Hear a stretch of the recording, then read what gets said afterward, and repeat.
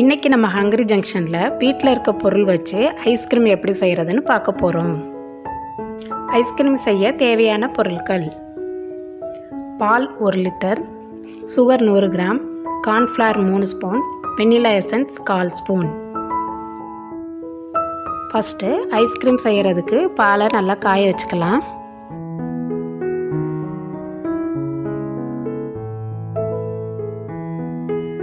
பால் சூடாகும்போது ஆடை படியுங்க, அதை பாலோட நல்லா மிக்ஸ் பண்ணி விட்டுக்கோங்க. ஒரு பவுலில் கார்ன்ஃப்ளவர் மாவை ஆறின பால் ஊற்றி நல்லா மிக்ஸ் பண்ணிக்கோங்க.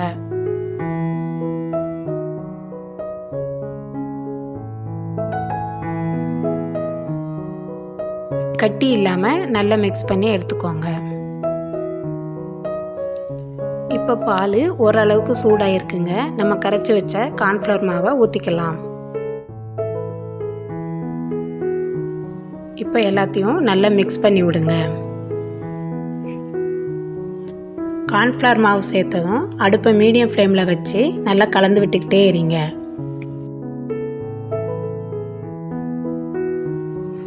கொஞ்ச நேரத்திலேயே பால் நல்லா திக்காக ஆரம்பிக்கும். அப்போ சுகரை சேர்த்துக்கலாம்.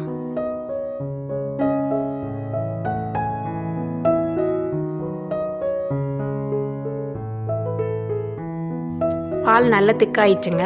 இப்போ நம்ம ஸ்டவ்வை ஆஃப் பண்ணிடலாம். இப்போ 1/4 ஸ்பூன் வெண்ணிலா எசன்ஸை சேர்த்துக்கலாம். எசன்ஸு கொஞ்சமாக சேர்த்தா போதும், அதிகமாக சேர்த்துறாதீங்க. பால் நல்லா ஆறட்டுங்க.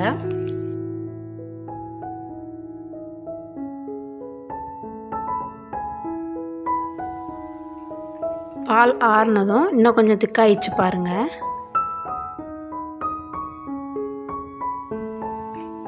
இப்போ இதை மிக்ஸி ஜாரில் ஊற்றி 1 நிமிஷம் அடித்து எடுத்துக்கோங்க.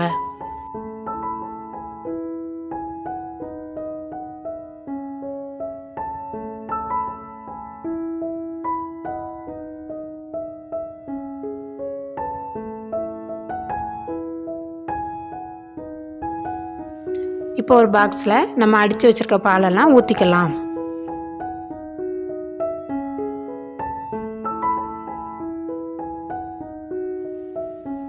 இதை மூடி வச்சு 2 மணி நேரம் ஃப்ரீசரில் வச்சுருங்க.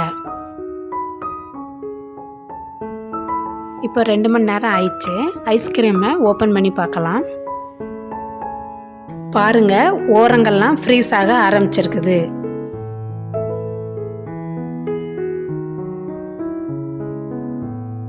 இப்போ ஒரு தடவை மிக்சியில் போட்டு 1 நிமிஷம் அடித்து எடுத்துக்கலாம். இப்படி செய்கிறதுனால ஐஸ்கிரீம் நல்லா க்ரீமியாக இருக்கும். பாருங்கள், நல்ல நொறையாக வந்திருக்குது. இதை பாக்ஸில் மாற்றி 8 மணி நேரம் ஃப்ரீசரில் வச்சு எடுத்துக்கலாம். அப்போ தான் ஐஸ்கிரீம் நல்லா செட் ஆகும். இப்போ 8 மணி நேரம் ஆயிடுச்சு. ஐஸ்கிரீம் எப்படி வந்திருக்குதுன்னு பார்க்கலாம். நான் பாதாமை சின்னதாக கட் பண்ணி ஐஸ்கிரீம் மேலே சேர்த்துக்க போகிறேன். உங்களுக்கு பிடிச்ச நட்ஸை நீங்கள் சேர்த்துக்கோங்க. எதுவும் சேர்க்கலனாலும் ஐஸ்கிரீம் நல்லா இருக்குங்க.